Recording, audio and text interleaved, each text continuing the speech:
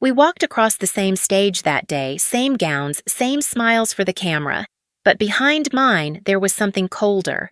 My parents had paid every cent of my sister's tuition while I'd worked nights just to keep up. When I once asked why my mother said she deserved it, but you didn't, I never forgot those words. They came to our graduation anyway, sitting in the front row like proud parents. But when the dean called my name and the crowd began to cheer, their faces turned pale. That moment didn't come from luck, it came from years of silence. From the outside, we looked like the kind of family people envied, matching Christmas sweaters, neat smiles in every photo, a 2-story house with white shutters and a perfect lawn. But if you looked closely, you'd see it. The way my mother's hand lingered on Hannah's shoulder in pictures, but never on mine. The way my father's eyes softened only when she spoke. We were twins, born 4 minutes apart. 4 minutes. Yet somehow, those minutes turned into miles. When I fell and scraped my knee as a kid, Mom pressed a napkin into my hand and said, "You're strong, Camila. You'll be fine." When Hannah so much as sniffled, she dropped everything, cooing, "Oh, my poor baby." It didn't stop as we got older. On birthdays, Hannah got a new bike. I got her old one spray-painted silver like a cover-up. When she forgot her homework, Mom wrote a note to excuse her. When I forgot mine, I got a lecture about responsibility. Little things. Tiny cuts that added up until I learned not to expect a bandage. By high school, I'd stopped competing. I studied quietly, worked part-time at a cafe, and saved every dollar. Hannah spent weekends at malls holding up dresses she knew I couldn't afford, smiling like it wasn't cruel. I kept telling myself it didn't matter, that being self-sufficient was a kind of pride. Then came senior year. Both of us applied to the same college, same major, accounting. The day the acceptance letters arrived, we screamed together in the kitchen. For a second, it almost felt equal again. Then I overheard my parents that night. I was coming down the stairs when I heard Mom say, "We'll pay Hannah's tuition in full. Camila's clever, she'll figure something out. She always does." My stomach dropped. I remember gripping the railing, my hand shaking, listening as Dad agreed. "She's independent. She doesn't need as much help." Those words were supposed to sound like a compliment, but they landed like a sentence. I didn't confront them. What could I even say? That I was tired of being the strong one, that I wanted to be taken care of just once. Instead, I packed my bags quietly that August and promised myself one thing: I would never ask them for money. College split our lives in two. Hannah got a bright dorm room on campus. I rented a small space off campus, the kind where you can hear pipes groan when the heat turns on. She called home to ask for money for books. I picked up extra shifts at the library to afford mine. On weekends, she went to parties. I went to work. Sometimes I'd pass her on campus laughing with friends, sunlight hitting her hair just right. She'd wave, say, "You look tired, Cam. Maybe you should manage your time better." I'd smile back and keep walking, pretending her words didn't sting. What she didn't know was that every hour I worked, every sacrifice I made, was slowly building towards something neither of them could see coming. College didn't change the pattern, it only magnified it. Hannah moved through campus like she owned the place, always surrounded by people, always laughing. She joined a sorority, bought new clothes, and talked about weekend getaways. Her money came from home weekly deposits my parents called support. My support came from the night shift at the library.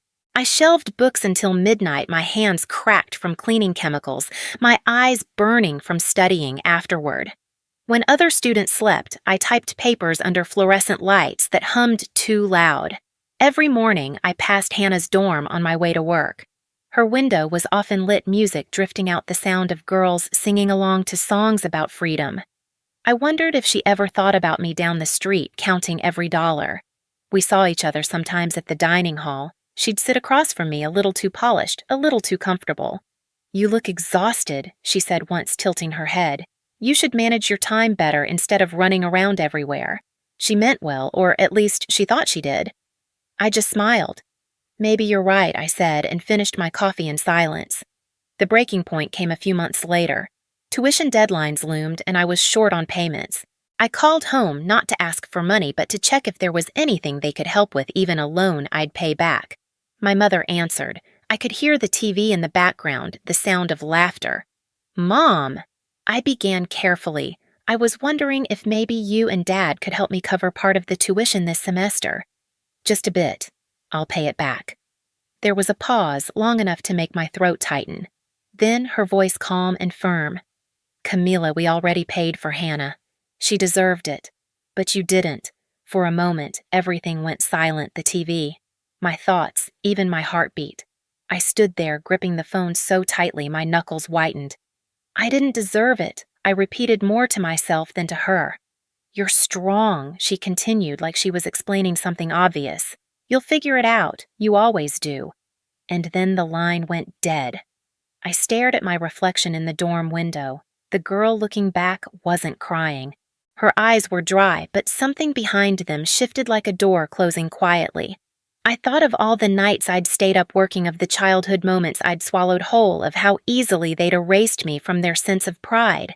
That sentence didn't break me, it built me. That night, I walked to the library early. I organized the shelves, wiped the tables, and made a silent promise. If they believed I didn't deserve their help, fine. I'd prove that I didn't need it. I'd make them remember my name in a way they couldn't ignore. By the time dawn broke and the first students trickled in, I'd already mapped out everything: scholarships, internships, any door I could knock on. I was done waiting for approval. I was going to earn something they could never take credit for. I started showing up before sunrise when the library was still locked and the world was quiet enough to think. That quiet became my ally. I'd read financial analysis textbooks by the dim glow of my phone flashlight, memorizing charts and formulas until they started to feel like second nature.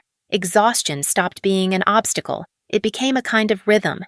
Around that time, I met Professor McLaughlin. He taught International Financial Reporting Standards, a class half the students dropped because it was too dry. I stayed. One afternoon after class, he stopped me in the hallway. "You seem to understand this stuff," he said. "Where'd you study before Nowhere Special?" I told him. "I just read a lot." He smiled. "That's rare. I'm looking for an assistant, someone organized, dependable." Interested, I almost said no. I already worked nights, barely slept. But something inside me whispered yes. Maybe because for the first time someone saw me without comparing me to Hannah. Working for him changed everything. He treated me like a colleague, not a kid. I helped grade quizzes, built spreadsheets, even corrected a few of his slides. He noticed. "You've got discipline," he said once. "Keep going. It'll pay off." I didn't realize how literal that would be until the email arrived. Subject: Benjamin Ford National Scholarship. I opened it, half expecting spam. But the sender was official, the seal shining in the corner. The message read, "We invite you to formally apply. Your professor's preliminary nomination impressed our committee." My heart stopped. Professor McLaughlin must have sent my work himself without telling me, just to give me a shot. For a second, I just stared at the screen, trembling. Then I laughed. It wasn't the loud kind. It was quiet, shaky, almost disbelieving. After all the years of being invisible, someone had seen me enough to bet on me. I didn't tell my parents. I didn't even tell Hannah. I'd learned that my good news was safest kept in silence. Every evening after work, I drafted essays, refined resumes, and begged the printer to cooperate as I prepared submission packets. McLaughlin reviewed every line, pointing out where I could sharpen my arguments. Some nights, the stress hit hard. I'd think about Mom's voice. "She deserved it." "You didn't." It would echo in my head until it became fuel. When the results came 3 months later, I didn't scream. I just sat on my dorm bed, the letter trembling in my hands. "Congratulations, you are one of 5 national recipients." I whispered it out loud. Once. Twice. Then I exhaled, slow and steady. I'd done it. No loans, no handouts, no shortcuts. Later that evening, I called home, not out of spite, but habit. "Mom," I said, "I got selected for a national scholarship. It's kind of a big deal." Her response was a lukewarm, "That's good, dear. Hannah just got invited to her professor's garden party, so she's excited too." I bit my lip and nodded, even though she couldn't see me. "Yeah, we're both doing great then." When the call ended, I realized something had changed. I didn't feel small anymore. I wasn't angry either, just finished. I'd reached the point where their validation no longer mattered. I hung the letter on my wall right above my desk, not to gloat, to remind myself what silence can build. The award ceremony was 2 weeks away.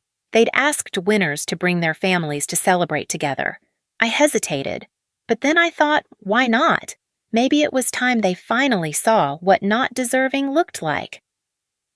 The ceremony took place on a Friday morning in early May, the kind of day that feels borrowed from spring, bright sky, soft breeze, everything pretending to be perfect.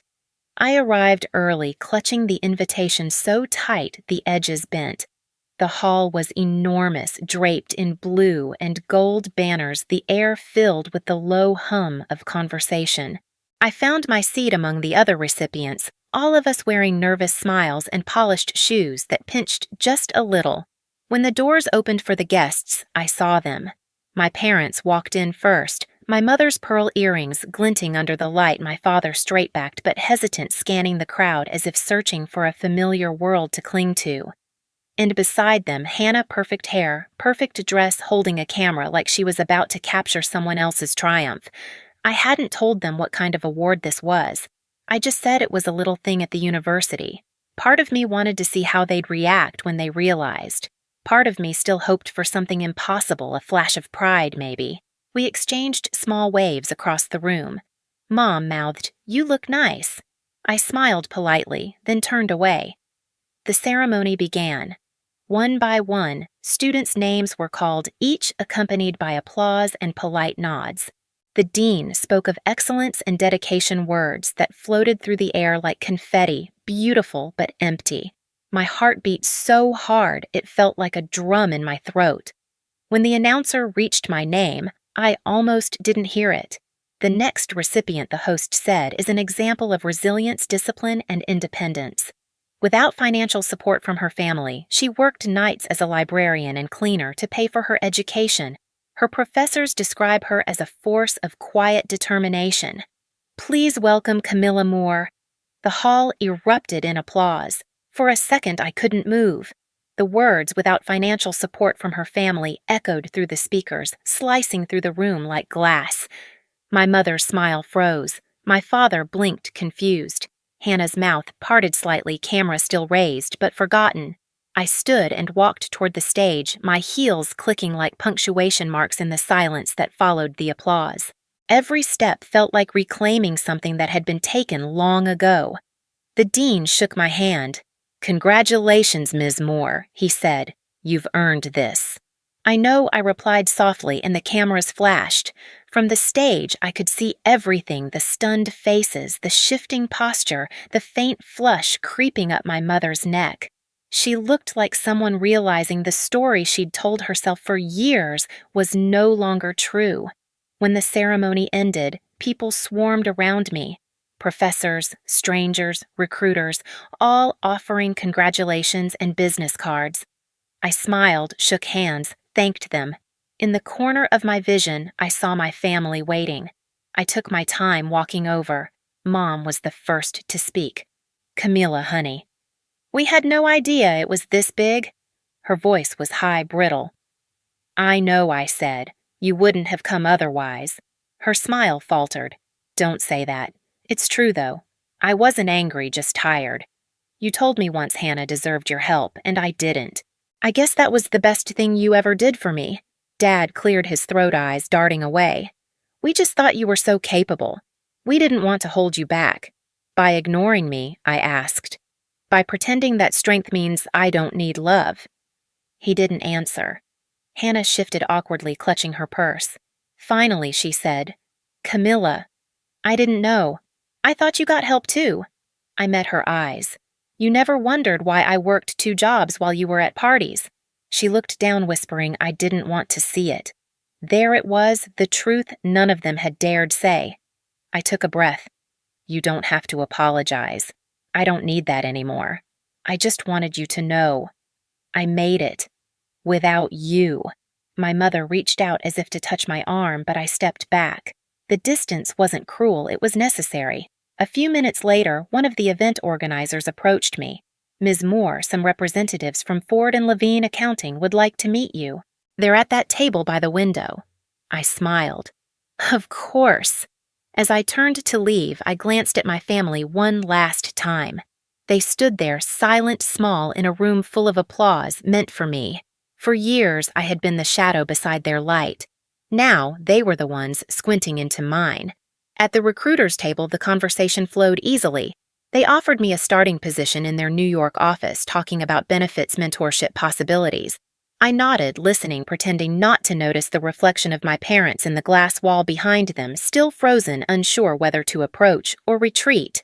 Later, during the reception, I stepped outside for air. The sun was setting, casting gold over the courtyard. My phone buzzed with a text from Mom. "We're proud of you. Let's talk later, okay?" I typed, deleted, then finally sent. "Thank you. I'm busy right now." Inside, laughter and music swelled. I looked back through the window. My family was gone. For the first time in my life, I didn't feel their absence as a loss. It felt like space room to breathe. I walked down the steps and into the quiet evening, the award still clutched in my hand. The medal was cool against my palm grounding. They had told me I didn't deserve it. Now they knew exactly how wrong they'd been. That night, I didn't go back to the family hotel. I walked the city until my heels hurt the award box heavy in my hand. When I finally reached my dorm, I set it on the desk beside the scholarship letter and stared at both until the room blurred. For the first time in years, I wasn't chasing anything. I'd already arrived. The next morning, an email waited in my inbox, offered Junior Auditor Ford and Levine, New York. I laughed out loud, half in disbelief. The company that had sponsored the scholarship wanted me on their team. I clicked accept without hesitation. Later that day, my phone buzzed. "Mom again. Come home this weekend. We'll celebrate properly." I typed for a long time, then deleted everything except one sentence. "Maybe another time. I've got packing to do." Outside, students were taking graduation photos with their families, shouting, hugging, crying. I watched from my window, calm. I'd always imagined this day would feel lonely, but it didn't. It felt like freedom measured in quiet breaths. Before leaving for New York, I mailed one envelope. Home inside was a copy of my award letter and nothing else. No note, no signature. Just proof. When the train pulled out the city shrinking behind me, I thought about all the times I'd begged for their approval, how it had kept me small. Now, every mile between us felt like oxygen. I wasn't running from them anymore. I was running toward myself. The first night in New York, I stood on the balcony of my tiny apartment, city lights, flickering like 1,000 quiet affirmations. Down below, taxis moved in steady lines, each one a reminder that motion meant life. I thought about my mother's voice. "She deserved it, but you didn't," and smiled. Maybe she was right. I hadn't deserved it. I'd earned it. Sometimes revenge isn't loud. It's walking away and never looking back. If you've ever had to prove your worth to the people who were supposed to see it, first share your story below, and don't forget to subscribe for more.